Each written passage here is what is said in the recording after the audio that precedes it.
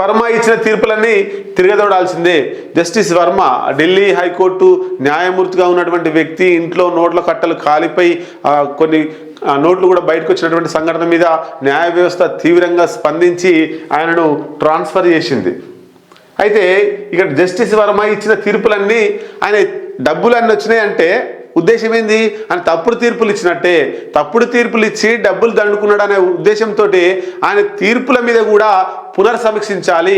ఏమేమి తీర్పులు ఇచ్చినాడు, ఆ తీర్పులు కరెక్ట్గా ఉన్నాయా లేదా డబ్బులు తీసుకొని తీర్పులు ఇచ్చిండా అనేటువంటి విషయాన్ని తిరగదోడాల్సిందే అంటూ ఈడీ సిబిఐతో దర్యాప్తు జరిపించాలి. ఆయన విషయాల మీద, ఆయన తీర్పుల మీద, ఆయన ఏమేమి కేసులు చేసిండు, ఏ కేసుల మీద ఎప్పుడు తీర్పులు ఇచ్చిండు, ఆ తీర్పులు న్యాయబద్ధంగా ఉన్నాయా లేకపోతే డబ్బులు తీసుకొని ఇచ్చిండా అనేటువంటి విషయాన్ని చేయనట.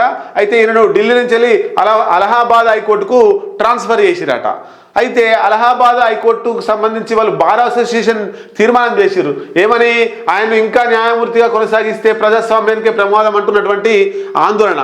అని జడ్జి ఎట్లా ఉండాలి? న్యాయ వ్యవస్థను కాపాడే విధంగా ఉండాలి. డబ్బులు తీసుకొని ఆయన తప్పుడు తీర్పులు ఇచ్చిండు. మరి అట్లాంటి వ్యక్తిని ఇంకా న్యాయ వ్యవస్థలో కొనసాగిస్తే ఆ న్యాయం అక్కడ ఉన్నటువంటి బాధితులు ఎవరైతే ఉన్నారో వాళ్ళకి న్యాయం జరుగుతుందా? డబ్బులు ఉన్న వాళ్ళకే న్యాయం జరుగుతుంది. డబ్బులు తీసుకొని చేసే వ్యక్తి ఎక్కడ ట్రాన్స్ఫర్ చేసినా, ఎక్కడ న్యాయ వ్యవస్థలో ఉన్నా కూడా అక్కడ ఇబ్బంది జరుగుతుందనే ఉద్దేశంతో అలహాబాద్ బార్ అసోసియేషన్ ఆ చెత్త మాకు వద్దు, ఆయన మాకు వద్దే వద్దని తీర్మానం చేసిందట. నేటి నుంచి నిరవధిక సమ్మెకు దిగుతున్నట్లు ప్రకటన.